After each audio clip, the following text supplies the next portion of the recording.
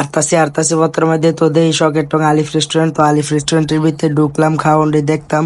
তো এন্দা ধুমা দেখে আমার তো মনের মধ্যে আর তস হইতাছে না। তো আমি খাওয়ান মাউন দেখে দৌড়াই মৌড়াই জলদি যাইলাম আলিফ রেস্টুরেন্টের ভিতরে।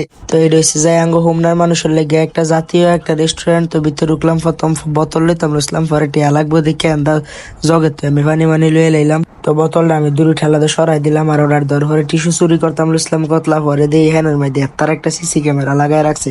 টিস্যু মিশু আর চুরি করলাম না। পরে খাওয়ান আইসে, খাওয়ান দিয়ে মজা মজা করে খাইলাম। এত মজা লাগছে খাওয়ান দিয়ে আপনার করে কইয়া বুঝাই পারতাম না। তো নাইট ভাই ডায়লগটা শুনে, This is Fakafak man. তো বাইরের দিস ইজ ফটাফট ম্যান কথাটা শুনলে আমার এই মনে হাসি উঠলো আর আমি আইস পারতে পারতে খাইয়া লাইলাম। আসলে এই খাওয়ানটা অনেক বেশি ভালো লাগছে আর অনেক বেশি উপভোগ করার মতো একটা ওয়েদার ছিল।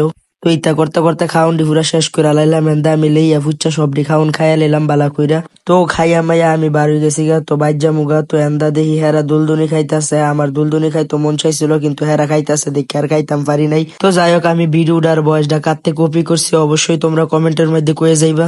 আর যারা অন্য সাবস্ক্রাইব করো নাই সাবস্ক্রাইব করে দাও, এটাই বাস্তব। হ্যাঁ।